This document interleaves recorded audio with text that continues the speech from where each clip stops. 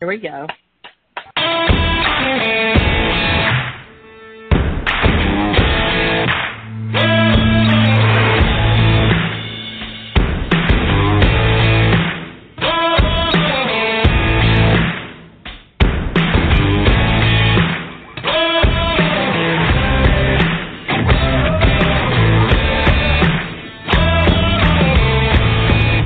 Nite Callers Bigfoot Radio.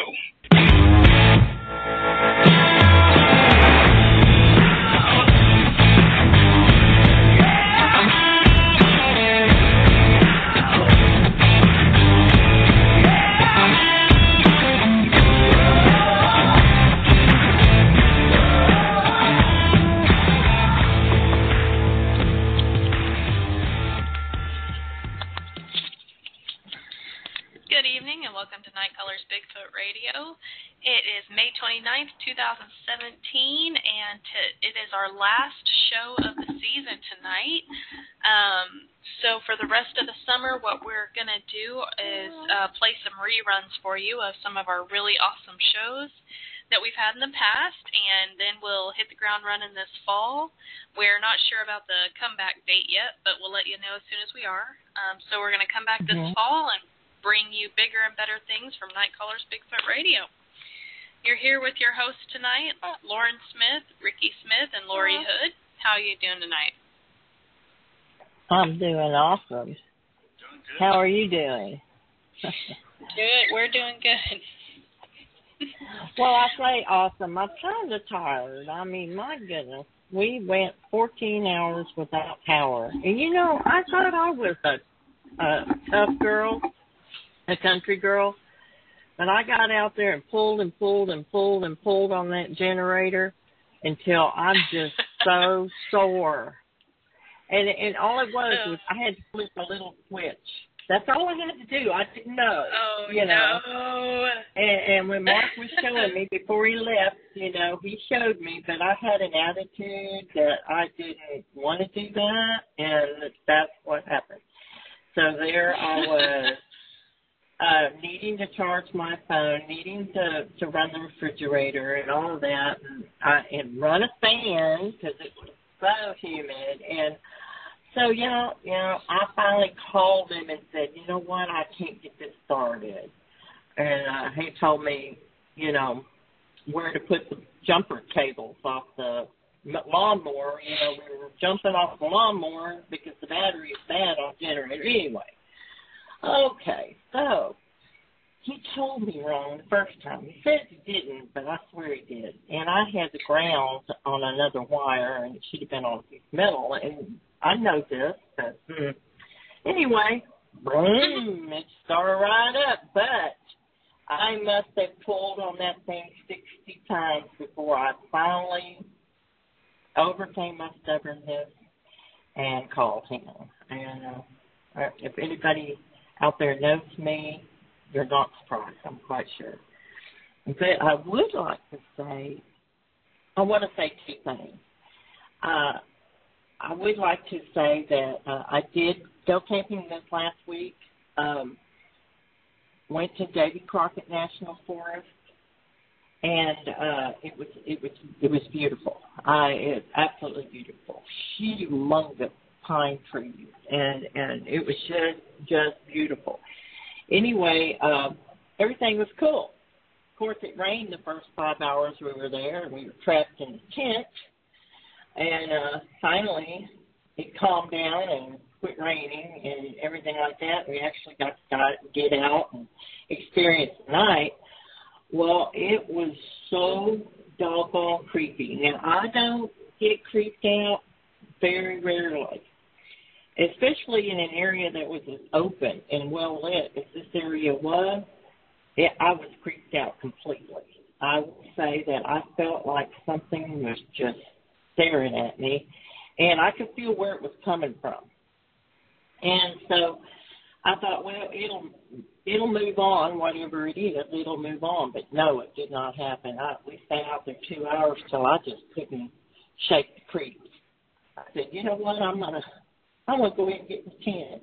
And so we went ahead and got in the tent, stayed up real late talking and all that kind of stuff, and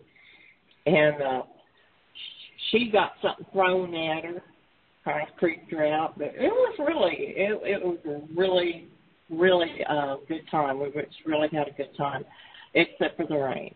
And but the second thing I wanted to talk about is Memorial Day, and I want to tell everyone out there, all you veterans out there, I want to thank you from Nite Callers Radio. We thank you for all that you've done to keep our country safe. And we are thinking about you today, all you veterans, alive and dead. All right. Now I've said everything I was going to say. So definitely a big thank you to all our vets, and we're remembering the fallen today, and everyone who's lost someone. You're in our thoughts and prayers. Back to you and the creepy area that you camped in. I want to let everyone know that Lori is, let's think of a nice, she's not scared of hardly anything. Like, she's that person that in a horror movie, they hear a weird sound, they go investigate. She's that person. Whereas I'm leaving the vicinity, Anyway, so so for her to get in her tent because she's so creeped out, that says a lot about that area. So what we're planning in the fall is to have an outing. Nite Callers Bigfoot Radio is going to have an outing and invite everyone who wants to come in that area. So if you think you can hack it, show up to that outing. We don't know when we're going to plan it yet, but it will be in the fall. That's the most active time for Squatch in that area. So hopefully it'll still be active then and creepy. But we're going to have an outing. It'll be, you'll pay for your own, tent site and stuff like that. But, we're just going to have a big get together. So, if anyone's interested. Also, again, we have stickers. You can put them on your car. You can put them on your bike helmet. You can put them on your trash can. We don't really care where you put them, but we do have stickers, $5 shipped. They're 5 inches in diameter. I have to say that they are pretty awesome looking, and we're just trying to get our name out there. And did you get the PayPal account set up and all that? Is that all done? I think so. I am not in charge of that, but I will make it my priority so that it gets done. So how do people go about getting these stickers? Where do they go? So you can instant I don't even know. Yeah. Okay, instant messages. All right. Anyway, so if you'll direct message us on Facebook or email and let us know, and then we'll get the link up for PayPal, and that way you can just go from there instead of messaging us. I will let everybody know. We'll put the link up wherever we can. And anyway, so that's that. And I don't know about you, but we've got 1 hour to talk to our guest, and I'm ready to jump in. He has told us that he's had a few encounters that he wants to talk about since the last time we talked to him. So I'm ready to hear from him. Okay. I just wanted to say, in my defense, this place where I stayed, it is the first time that I've ever been there, but that shouldn't have made a difference. But we were also the only ones there in the middle of the week, and I think that was the difference right there. It was in the middle of the week, and it was just us. And I think I would have been a little more comfortable if there had been some other people for them to stare at besides us. As I felt like, I don't know, how you get a feeling. I just felt like we were not welcome. And so I don't know how that's going to go. But anyway, tonight we have Greg Yost from Louisville, Kentucky, and he now resides in Jeffersonville, Indiana, right across the Ohio River. We've had him on before, and he was very, very popular, so we like to end the season with our most popular guest, and that is Greg Yost. I would go into his account, but you can read it yourself if you go to our Nite Callers Bigfoot page, because I just want... Is our show only an hour tonight and not 90 minutes? Yeah, it's an hour. Okay. Well, then I think we should just go on and bring Greg on. Yeah, hello, Laurie. How you doing? Hey. I tell you what, you are our favorite guest. I mean, it's not just our favorite guest, but our listeners' favorite guest. I mean, we've had more downloads and more requests for you than anybody else. So you should feel very proud that you are so popular.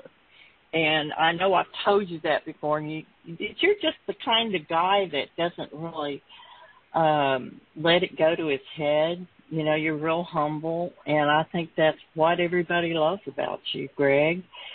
So if you would, catch us up, because you have some exciting stuff to share with us. I sure will. Yeah. Go right ahead. Again, Laurie, thanks for having me on. And again, like you touched on, I'd like to, wish my Memorial Day greetings to my fellow veterans, but mainly the ones who gave the ultimate sacrifice that never had a chance to come back from the war. And that's the ones we really need to concentrate on, the ones that gave their all for this country, that often get overlooked. And you know what I mean? And these guys they're all heroes. I mean, you couldn't ask for more.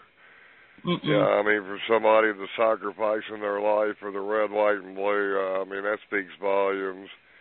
And these guys are often forgotten, and that's very touching that you mentioned these guys. I appreciate it.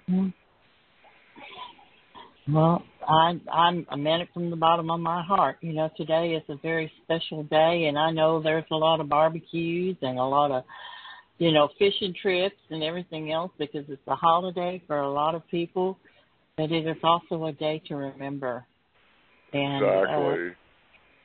To remember those that can't be here anymore, because they did give that final sacrifice, that most ultimate sacrifice of their very life for our freedom. We wouldn't have the freedom to go and enjoy this beautiful day if not for those that sacrificed for us. So I thank all of you out there, even the ones that did make it back. I thank you. I thank all of our military for doing what they do. I do. Well said. Okay. How about, well, you spoke it real well, too. I wasn't trying to one-up you there. Hey, well, thanks for the kind words.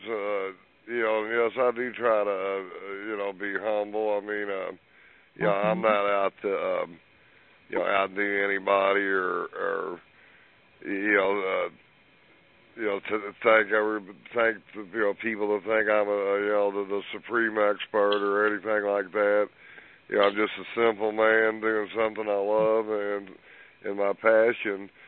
And as long as these old legs will keep taking me out there, I'm going to keep doing it. Yeah. But like on your thing, the last time I was on, I seen 14 forest giants. Well, now I'm happy to say that totals up to 29. I almost doubled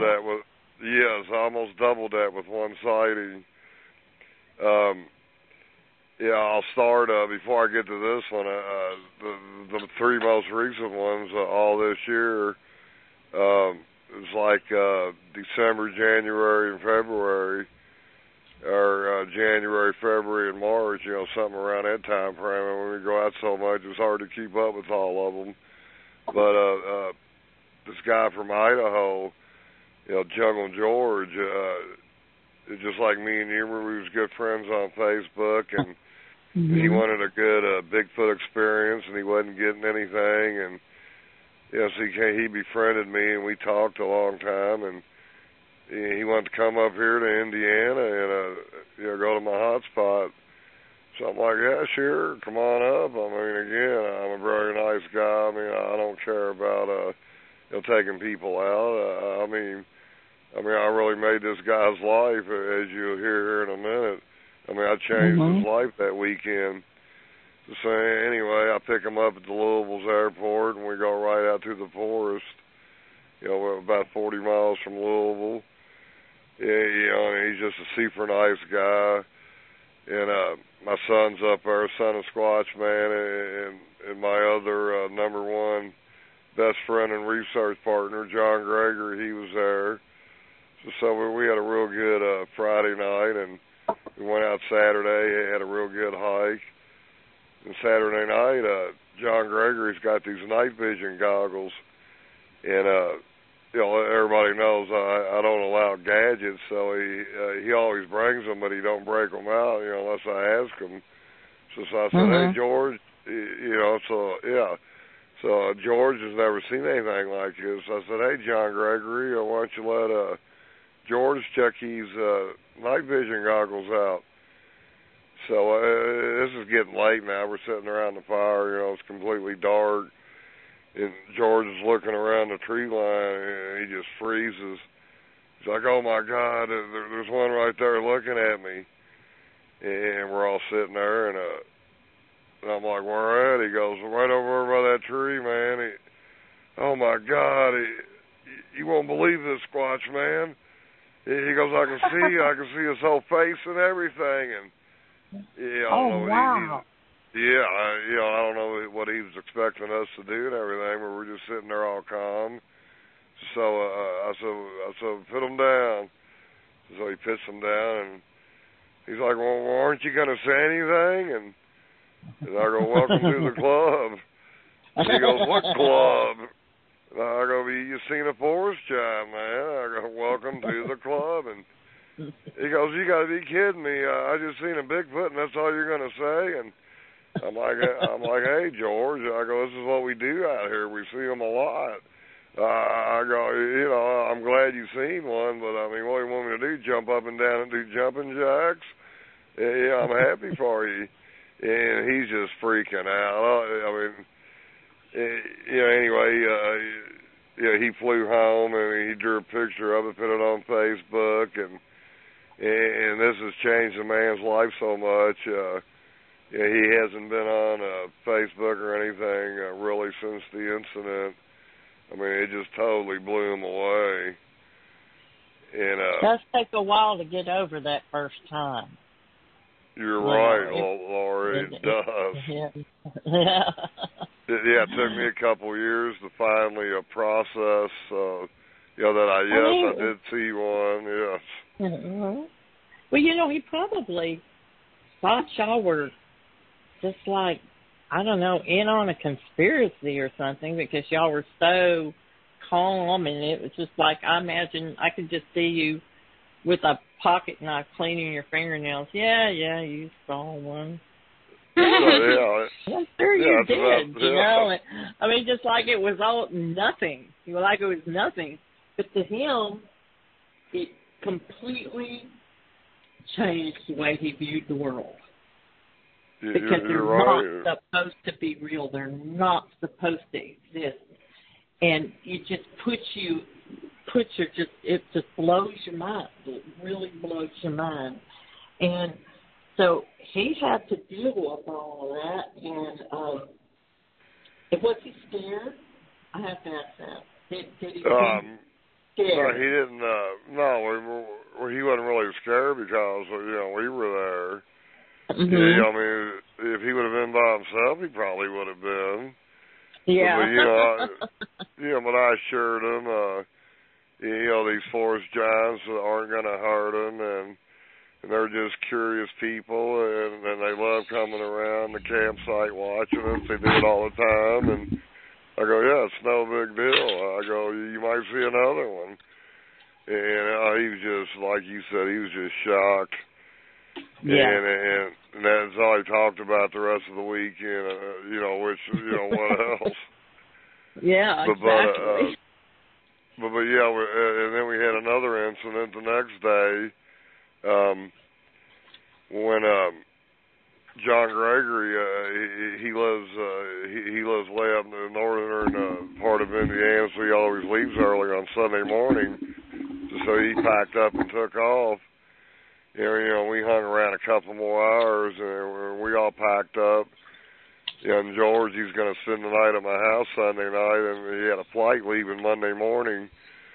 So we was all packed up, and we were sitting around the picnic table. This was a Sunday afternoon, and he was talking to my son Eugene, and I heard like 9 tree knocks, da-da-da-da-da. It sounded like a phone ringing. So I tell them, too, I said, hey, be quiet, we got action out here. So that they heard it. I mean, just, he was going off. It was like, hey, man, I'm trying to get y'all's attention. So we're all, yeah, you know what I mean? So all three of us finally, zoomed in on the tree knocks.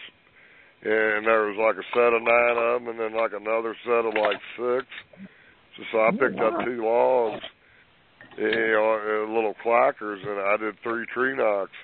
He did 3. I did 3 more. He did 3. I did 3. Wow, that's cool when that happens. I know it is. And then he did 3 more, and it went quiet. So it was right, right into the woods where all this was going on. So George was like, oh, let's go look. And, I was tired, man. I was completely beat. We had a rough weekend, and I'm like, well, you and Eugene go look. I'm going to stay up here at camp. So they walked down the hill, and I'm standing up on the hill, looking down at them, and they're looking at a watch hanging in the tree. There was a wristwatch hanging in a tree about 6 feet on a branch. We don't know how that got there, and they were looking at it. And Eugene yelled up to him. He said, hey, Dad, there's a wristwatch down here in the tree. And when he yelled up there, I seen movement out of the corner of my eye. So I looked over to the left, and there was about a 9-foot big old forest giant behind a tree watching them 2 guys. And they were walking towards them about 75 feet away. So I hollered down to him. I said, hey, Eugene, I said, be careful. There's a forest giant right in front of y'all, 75 feet up. And he kind of looked up at me. I could see the white of his eyes, and he looked up at me like, SQUATCHMAN, you got me again. So see, he was completely focused on them 2 guys. He forgot about me. And I always tell everybody it's all about angles. So you got to have the right angle. And I had the perfect angle on this one. So he took 2 steps behind this big tree, and Jungle George and Eugene heard him walking away. And Eugene wanted to walk. It was a real thick bush where he went. And Eugene wanted to go in there, and George said, no. He goes, I want to go back to Idaho alive, man. That's enough, man. Let's go back. So, so that was one weekend. And like I said, it blew George's mind. He's gone off the grid. He won't even hardly talk to me. I did talk to him a couple of weeks ago. He's doing good and everything. It's just, he doesn't want the, he said a lot of people was bugging him about, he just didn't want it all. Which is understandable. He just needs time. He really does. But it really helps that when something like this happens that you have a good support group. You have people that know that Bigfoot do exist and they know about them and everything like that, and it really helps. You just imagine what it would be like, Greg, if you saw one of these and you didn't know they existed and you couldn't share it with anyone else either. That would be really tough. And we've had guests on that kept it to themselves for years because they had no support group, no one that would not think they were crazy. So. You're right. A bunch of them are probably still holding it in. Yeah, you're right. Yeah, only 12% of America believes in Bigfoot. Is that all? I thought surely more than that. Surely. No, that's the latest poll I've seen. Oh, my grace.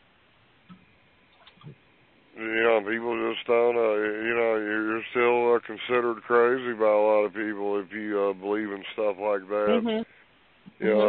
How when sad that people is. find out that I'm a Bigfoot hunter, or that's what they call me, a Bigfoot hunter, I'm really not a Bigfoot hunter, but they'll say, the first thing they'll say, have you ever seen one? That's the first thing they'll ask. Have you ever seen one? And they're already looking at you cockeyed anyway. And then when you say, yes, I have, or I wouldn't believe in them if I hadn't seen one, well, then they really give you that look. They kind of sit back and they're looking at you like, I really thought I knew you, but obviously I don't know you at all. And there's a crazy part of you that believes this, and Yeah. Yeah, and then a wall comes up. Yeah, the wall comes up. Oh, You're absolutely right. Yeah. Yeah, a wall comes up, and you can tell that they're really uncomfortable, and and you're thinking, man, I shouldn't have brought up the B word. Well, it's different, though. Like, if you tell them, I believe in ghosts, well, they don't have a problem with that. I believe in UFOs and aliens. They don't have a problem with that. But, you tell them you believe in Bigfoot? Oh, that's just too much. That's like saying you believe in... Much. Yeah, it's like you believe in the Loch Ness Monster, or Lizard Man. Yeah, you're right. Even though there's a lot of, credible evidence going around, people just don't want to believe in it. Well, I thought with the series Finding Bigfoot that more people were coming on board and really liking Bigfoot and interested in it. And I thought because of that more people would believe that Bigfoot exists. Of course, this show did very little to prove it, but and no offense to them.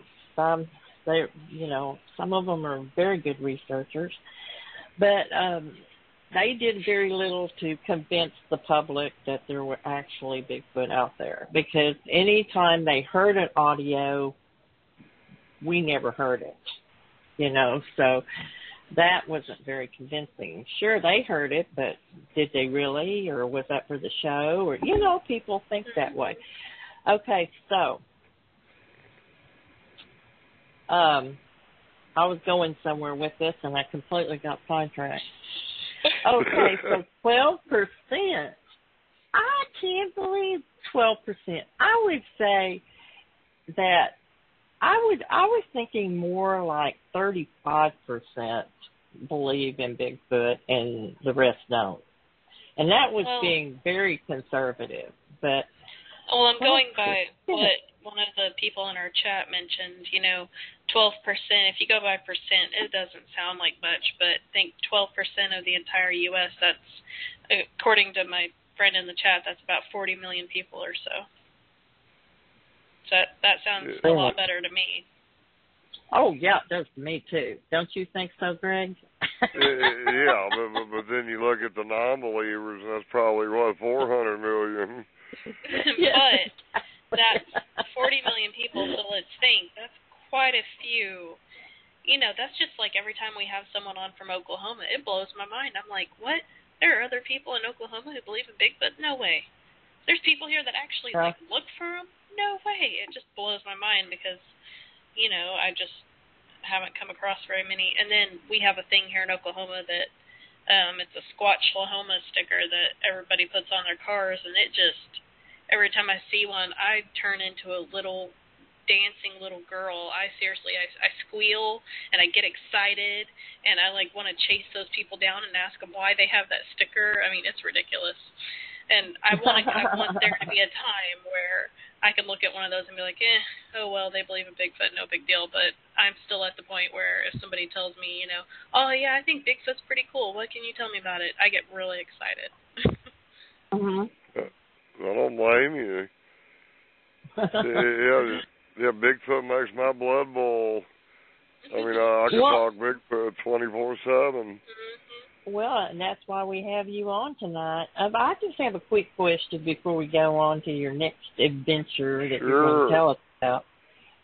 Do you tell anybody at work what you do for your second job, your favorite pastime, what makes your blood boil? Yeah. Well, yeah, good question. And sure enough, I cover this a lot. I used to a lot. I'd get in so many arguments and fights in the lunchroom, and yeah, just like you were saying, man, that nobody believed in it. One guy believed in it. My best friend Sammy, and he's on my team now. And he's the only guy that believed me. I mean, everybody else thought I was a nut. And then I started, and then I started getting pictures of them. And I'm like, well, I'll shut these idiots up now. And I started showing my pictures off in the lunchroom, and it was a monkey, a gorilla, a baboon, anything but so I'm like, come on, man. And, I mean, people just don't get it. So finally I gave up on them, and they've seen how far I've gone on Facebook and how knowledgeable I am on the subject now. So they're not laughing too much now. But then again, good. Yeah, you know what I mean? Yeah. I mean, so even you can't blame them people, though. I mean, like I tell everybody, most of these people are living in the box. They know nothing about what's going on outside the box. They live in their house. They go to their job. They got their little lifestyle all in order and all down pat. Everything's pretty well planned. Every day, their meals. Every hour of the day. Just normal people. And their parents teach them from an early age. Bigfoots are not real. People that believe in Bigfoot are probably nuts. You don't want to hang around people like that. And I mean, this is the normal thinking of most people, that, won't elect to stay, inside that box. And, like I say, you really can't fault these people. It's society that has drawn them to act this way, and the lack of evidence on the subject. I mean, most people would argue, well, the only thing that really is anything you would think is real about Bigfoot is the Patterson video. And a lot of people, everybody in the Bigfoot world pretty well knows that's a real clip. But a lot of people outside still think it's a man in a monkey suit or this or that. I mean, they still won't believe, that's even a Bigfoot. So, I mean, you're just beating your head on the wall. So that's why you mentioned I was humble. It's not only that I'm humble, but, I just like keeping to myself. I mean, I like to be in interviews and stuff like that. But as far as, getting into arguments and debates, I like to save my energy for the forest giants. I mean, that's bad negative energy. Yeah, you can understand that, Laura. Yeah, and I certainly can, because it's just like my husband was telling everybody that we would meet what I did, and I said, I really wish you wouldn't do that, because number one, they're not going to ask me to explain. They're not going to give me a chance to try to plead my case. They just automatically judge me. And so I said, I'd rather pick and choose who I want to share this special thing of that's in my life with. It's kind of like it's not. But I think he thought he just liked to see people's reactions, which, if you knew my husband, you'd understand. But, I didn't want to, I noticed that I was being judged. And that they would all just kind of look at me, and they wouldn't ask me about it. They didn't even want to know about it. They didn't want to know anything about it. They were like, they had already decided I was a fruitcake. Oh, yeah. Yeah, red flag done went up. You're a nut. Let's get out of here. And especially if it's people you just met that have no clue about you at all and don't you don't get a chance to show them that you're pretty stable and that you got your act together and everything else first before you land that on them. But if you just meeting someone, you never get a chance to ever show them what you're really made of before they know. Before they pass judgment on you. That's right. Exactly. That's right. Well, go ahead, and I know everyone out there is. Oh, go ahead. I'm sorry, Jeff. Greg, go ahead. No, I was just going to tell you, you got to have tough skin. You got to do what we do. Yeah. And that's one thing. I got tough skin, and I can overlook. I can overlook a lot of this. I can't make people believe what I believe in. I can't make people see what I see. All I can do is tell them, and if they want to process something, this is a big world and a big universe. I hate to tell these people there's a lot more out there than what's out in their yard. These people probably don't even go out in the forest, and yet they're telling you Bigfoots aren't real. That's what gets me. How could you just, you're passing judgment. In the 17 years or so that I've been doing this, I have had moments where I said, maybe I really didn't see what I thought I saw. I will do that. And I swear, when I start getting into that, I'm not totally convinced I didn't, but I start to have these little nagging, maybe I'm wasting my time, blah, blah, blah. I haven't seen one in 2 or 3 years, or 5 years. I went 5 years without seeing one. And about that time, I'll see one. It just brings me right back. It hooks me again, But with you, Jeff, you are a magnet.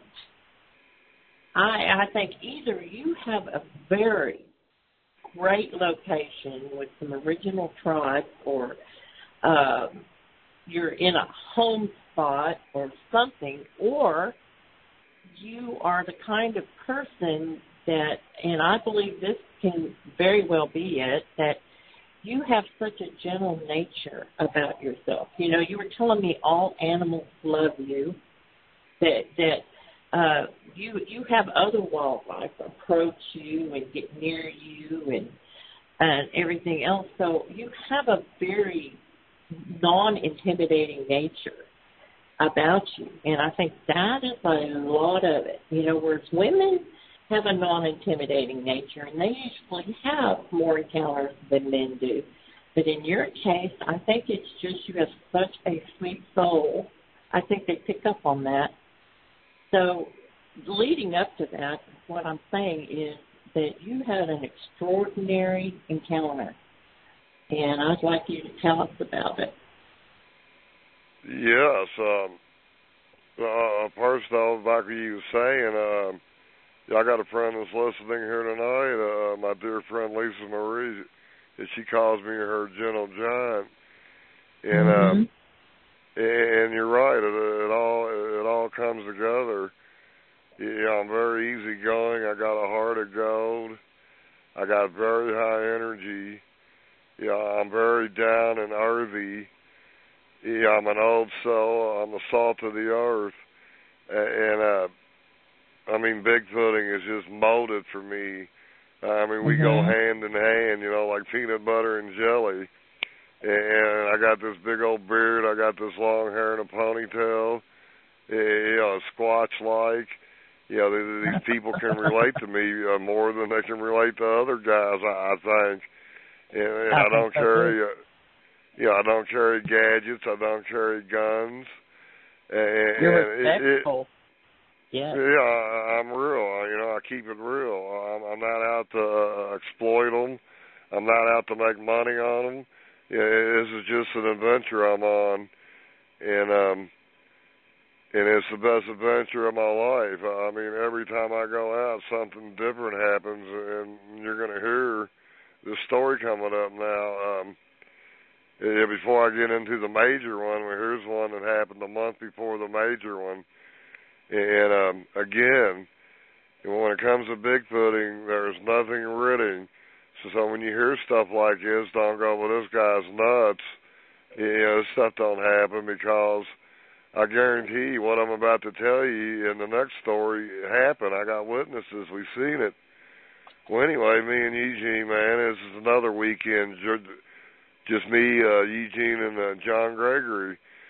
And we were sitting around the fire Saturday night, and me and Eugene got into a very heated argument over who else, Bigfoot. He was trying to tell me all this stuff. Y'all don't want to get into what he was saying, but Eugene's very, very smart when it comes to when anything that's not ordinary. Eugene will figure it out. He's been gifted like me, and he's trying to give me the to see the way he sees things. Well, anyway, we got in a big disagreement, and he was real mad, started tossing stuff. He was going to leave, and he's like, I'm moving out when we get home, Dad. I had enough of you. I'm done. And, it was pretty bad. And I'm like, oh, don't go, man. I go, just sit down. And, no, Dad, forget it, man. He goes, I'm leaving. So John Gregory, he's like a character out of the Bible. Very biblical man, a wise man. He's got a real big old gray beard just like me. He doesn't talk much, but when he does, you better listen to him. And he goes, Eugene, come here. And they went off into the forest. So they came back 45 minutes later, and I'm sitting there the whole time, shaking my head at myself, going, man, why you get on that boy like that? It's tough love. I love my son to death. But we do get in arguments sometimes that we shouldn't. So anyway, they come back, and Eugene goes, Dad, I'm not leaving. And I said, well, that's good, son, that's good. And they sit down, but it still wasn't right. The tension was so thick you could cut it with a knife. So we just stared into the fire for like another hour, all three of us.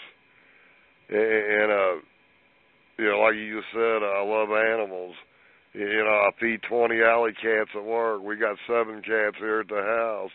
I know cats. I got 4 raccoons. Every morning they're out here waiting. I basically hand feed them. I know cats. I know animals. They love me. And so anyway, out of the darkness of the night, out in the woods, we hear, meow, meow. And Eugene perks up and, Dad, what's that, cats? So as I turn my flashlight on over, and there's 2 scraggly-looking cats sitting on a log over there. She's like, where'd they come from, Dad? And I'm like, I don't know. I go, we've been cooking all weekend. They would have been around here. That's the way cats are. They're going to come to where the food's at, especially if they're hungry. So, me being the cat man, I had cat food, 2 cans in my Jeep. So I fed them. They ate them, and they still over meowing. So I made them a big old cheeseburger up. I chopped it up in a bunch of pieces. I laid it over on a paper plate. They were still on the log. They ate all the cheeseburger up. And then we looked over again. They were disappeared. So about an hour or so later, man, it was getting pretty late. So we went ahead and turned in for the night. Me and Eugene sleep in our tent, and John Gregory's got his. So we lay down, get our beds made out, and we start hearing them over by Eugene's head. She's like, Dad, them cats are over here, man, right by my head. And so I'm thinking, well, they can't be hungry. They ate more than I ate. And he's like, what do you think? And I'm like, oh, just let them be. They didn't look like regular cats. They were real scraggly looking. Something was up. I knew that as soon as I seen them. So anyway, I'm like, well, I'm going to bed. So it wasn't long. As soon as I dozed off, Eugene woke me back up. He said, Dad, there's something walking behind the tent. Something really large grunting like a pig. So I kind of wake up, I go, grunting like a pig, and then all of a sudden I hear him out there, kind of gurgly. Then I heard another one like he was talking to him, and they were walking around right behind the tent. You can almost reach out and touch them. So I asked Eugene, I go, are the cats still over there? And he goes, no, the cats disappeared, man. I said, okay, we had 2 cats out here. Now we got 2 forest giants. So I go, what do you think? And see what it was, them cats got us focused again. They got us in the right, got us back on track. Yeah, I mean, I'm sure you heard of shape-shifting before. And this is exactly what these critters did that night.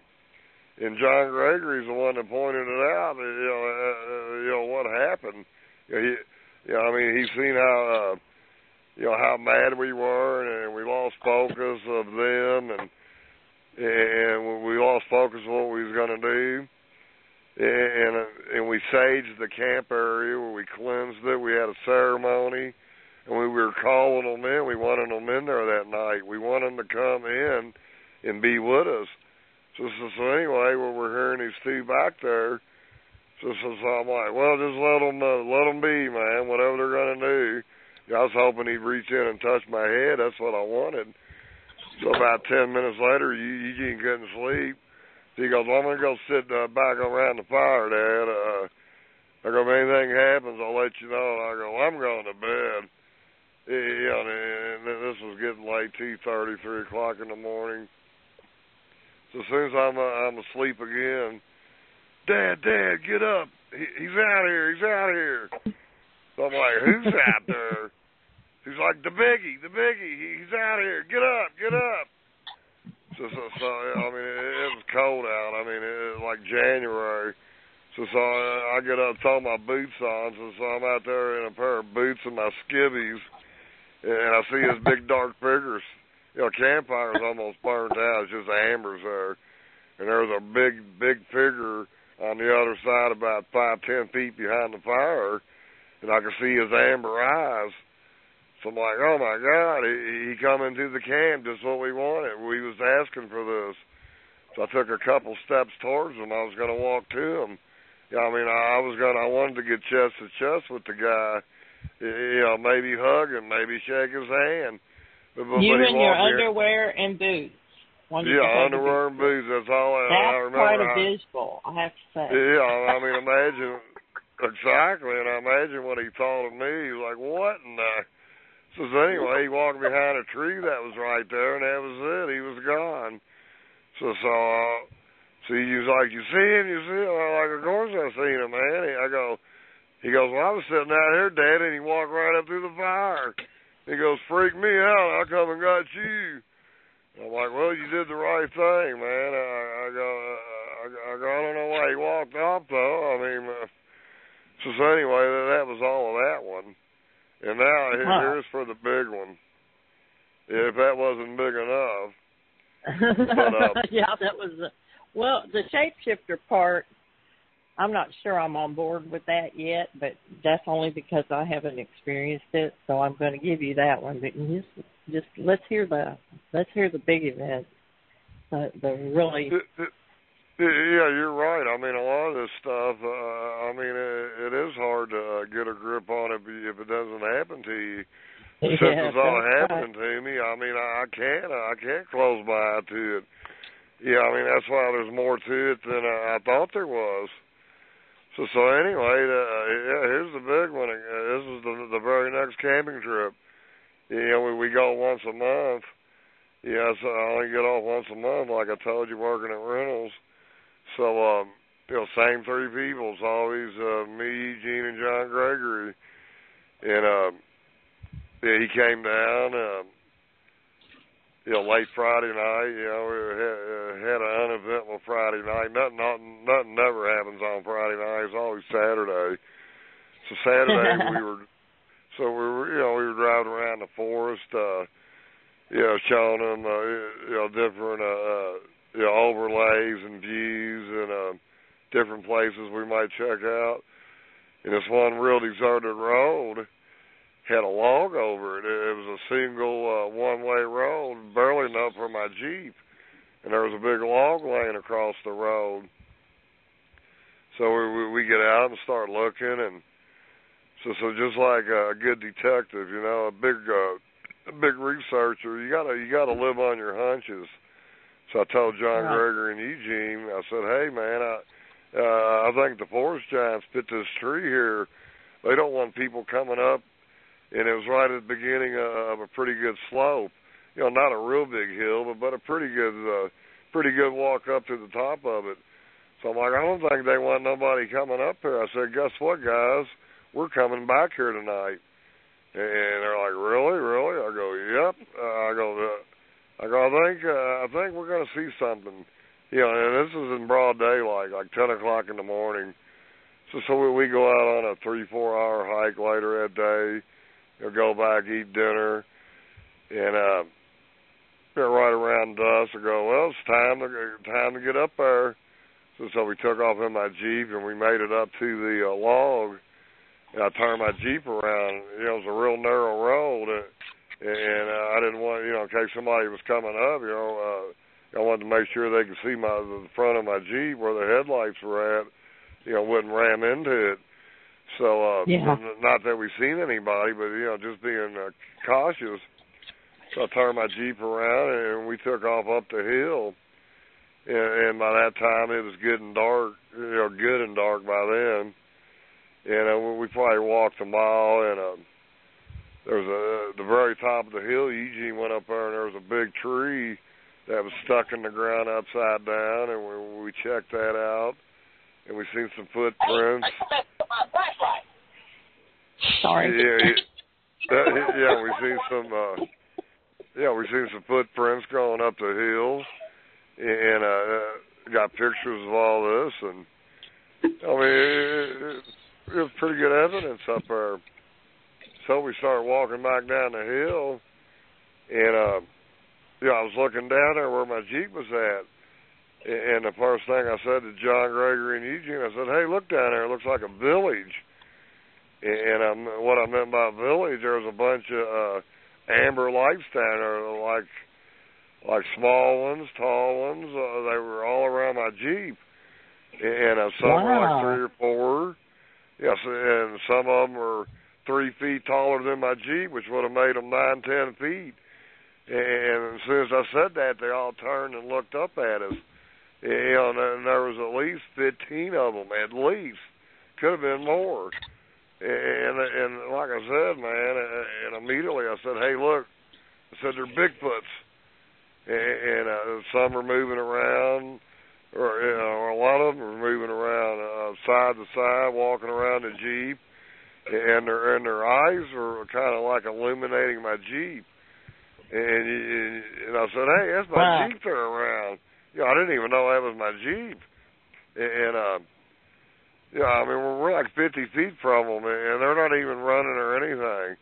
A lot of them are still looking up at us. And we're walking slow down the road to them, and then all of a sudden to the left that we thought was a car coming, it was a really bright light, but it wasn't a car. It was about bright as a locomotive train engine light coming up the road, but it wasn't coming up the road. It was coming through the woods with like a 200-foot ravine, and it was doing about 50 miles an hour. I mean, just a really bright light.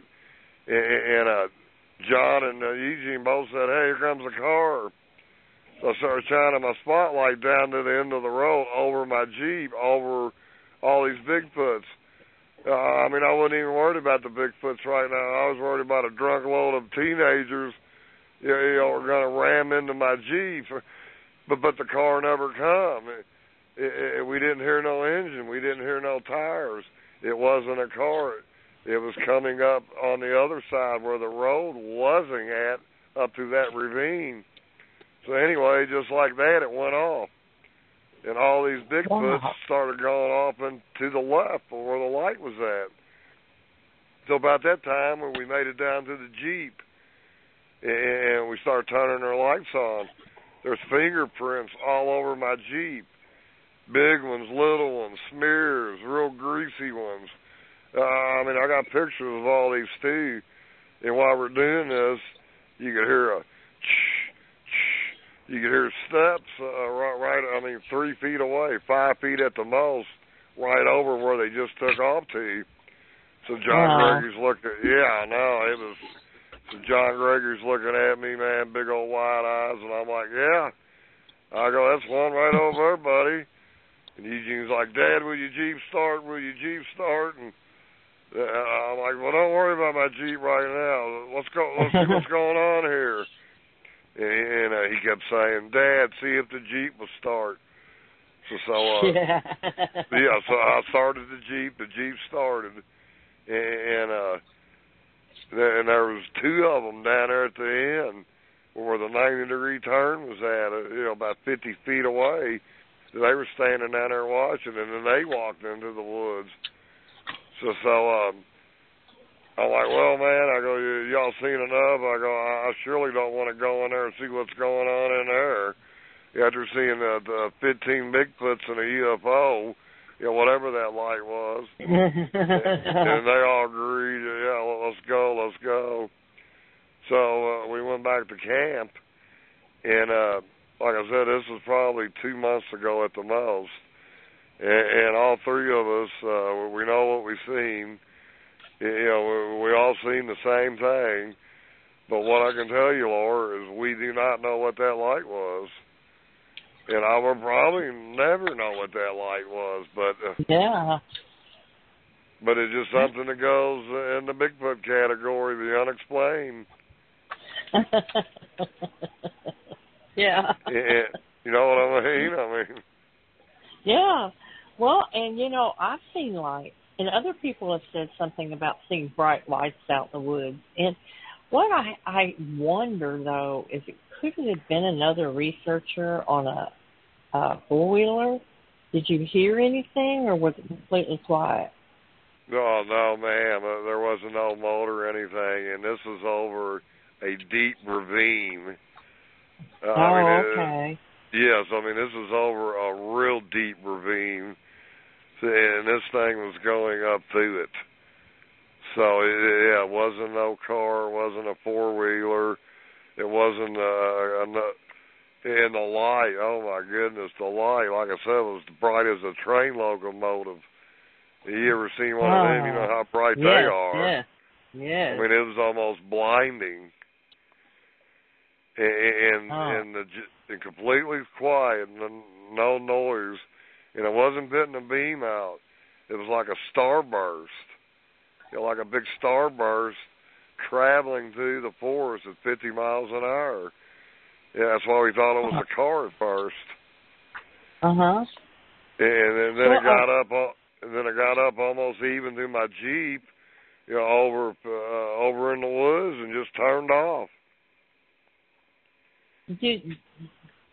What did the Bigfoot do when this was going on, or were you too mesmerized by the lights?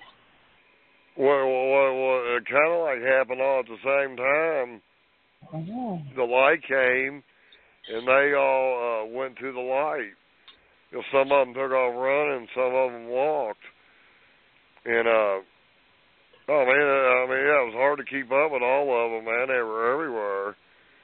And like I was telling you, there was children there. Some were only 3-4 feet tall. Some were 5, 6, 7 feet. The one with two children in front of my Jeep, the first two, or the first ones I seen, that must have been her mama. She was like 9 feet tall. Then there was two little ones, by her. And then in the back of my Jeep, which is the front, because I told you I turned it around, I remember distinctly three like 10-footers standing back there. They were huge. And then on the sides, there were smaller ones. And fingerprints. It just, they were just amazed by my Jeep, man, touching it all over. And, this is something, something you hear about like on Finding Bigfoot. Last episode, that one lady said she seen 20 of them walk through the camp. we were talking about that all day. Wouldn't that be awesome? We've seen that. Yeah. And it basically unfolded right before our eyes. And was it all of us fitting our minds together, manifesting our energy?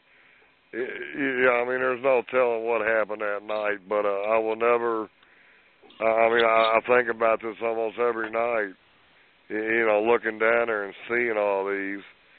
And then when they all looked up at me, like you're about my age, remember the old, the oranges Christmas lights our parents had in the windows?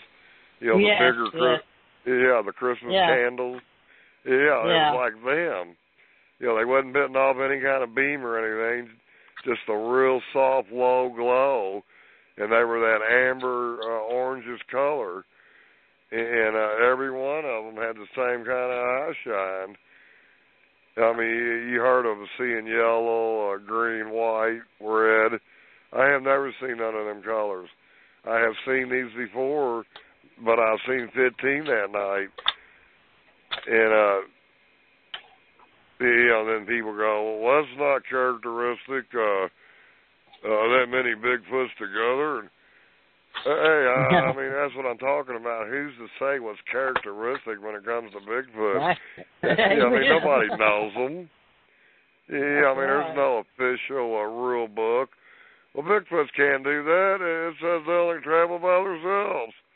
See, that's what I don't like about the proper protocol, because there isn't any proper protocol. No. Anything could happen out there. And it seems like every time I'm going out, I'm starting to see all this weird and wacky stuff. And some people call the woo or whatever. But it's happening. I'm seeing it. I got people with me seeing it. And no, none of us are crazy. But what we're seeing is unnatural, but yet it's real. Right. And, you know what I mean. Yeah, you got to have an open mind to be a Bigfooter. Yes, that's true. But, a lot of Bigfooters are not very open-minded. They have to be open-minded to a point to believe what they've seen, but they're not willing to go any further than that. They're dead set on their flesh and blood. They're just like us. They're just hominid, relic hominid. There's nothing weird going around them.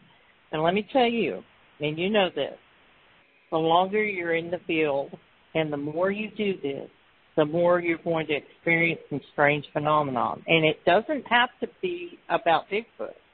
It could be that you're in an area that some other things are going on. And yeah, definitely. Yes. A lot of it has got to be, the piece of ground you're on. If it's a high energy piece of land you're on. There could be a lot of spirits on that ground. And, not just forest giants. There's a whole realm of possibilities. When you're talking of the spirit world. You hear about a Bigfooter seeing orbs floating through the woods all the time. What do you think? What do you think them orbs are? Oh, orbs. Orbs are like. They're like bubbles, and some of them are little, some of them are big. I've seen orbs like the size of a beach ball, floating through the pores, about 10 feet high, bluish looking, like bluish purple. How do you explain that? Although it's some type of energy, I'm sure it's some kind of spiritual energy, but as far as what kind of spiritual energy, is it a spirit of a dead person? Is it a spirit of a Bigfoot? Or is it a live Bigfoot that travels like that? I do not know. That's what I go out there for. I seek the answers. But, you know, David Pilates once said, David Pilates, and a lot of people trust everything that David Pilates says. You know, they find him extremely credible. He said, you know, when you see a Bigfoot disappear, how do you know you're not looking at a Bigfoot ghost? And I just thought, I always thought that, too. I thought that was really, I was going, yeah, that's exactly what I thought before, you know. How do I know? But, hey, you know what? We have run out of time. We have. Wow, that was a quick hour. Yes, it was. I think we should have done 90 minutes because you and I we can talk. We can talk. Oh, yeah, well, we can talk all night, man. Yeah, let's rock this party. But you know what? I'd love to meet you someday. I truly would. I'd love to sit around a camp.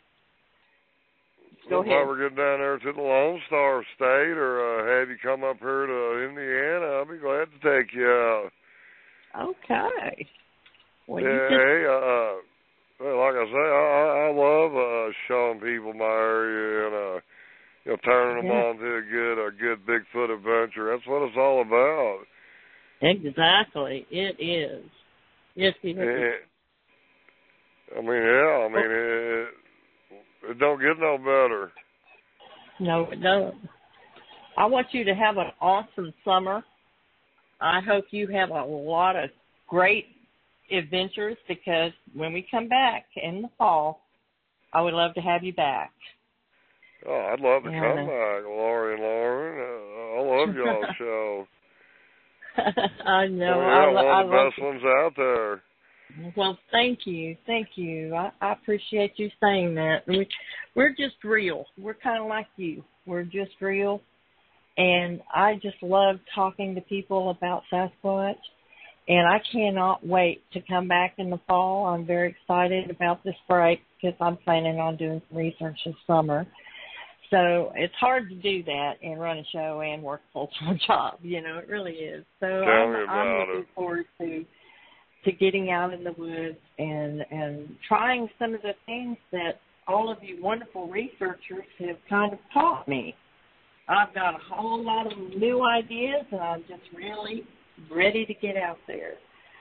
So anyway, Greg, if you'll let me say goodbye to everybody. Lauren and Ricky had to go, so they're not here. But they wanted me to tell you all out there that we love all you listeners out there. We thank you for listening to our show, and we will be putting up some older shows through the summer. So in case you go to missing us, look for us on YouTube on our Nite Callers Bigfoot Radio page. And we'll be back in the fall, hopefully with some pretty good stories and maybe some great recordings and whatever we come up with. So anyway, we're going to miss y'all. And Greg, thank you for coming on. Thanks for having me, Laura. I had a blast anytime. Okay, well, we better say goodnight before they shut us off. So good night, everyone. Good night, people. Thanks for tuning in. It's been fun. Yes, it has. And we will see all of you in August. And watch our Facebook page, and we'll let you know when we're coming back. Just keep your eye on it because we can let you know what we're doing this summer. We'll keep you all abreast. All right. We're out of here. Greg, you have a great summer. Hey, you too, Laura. Thanks for having me, honey. You have a great summer, too. All right. Bye-bye. Thank you for coming on. All right. Bye-bye. Bye-bye, babe.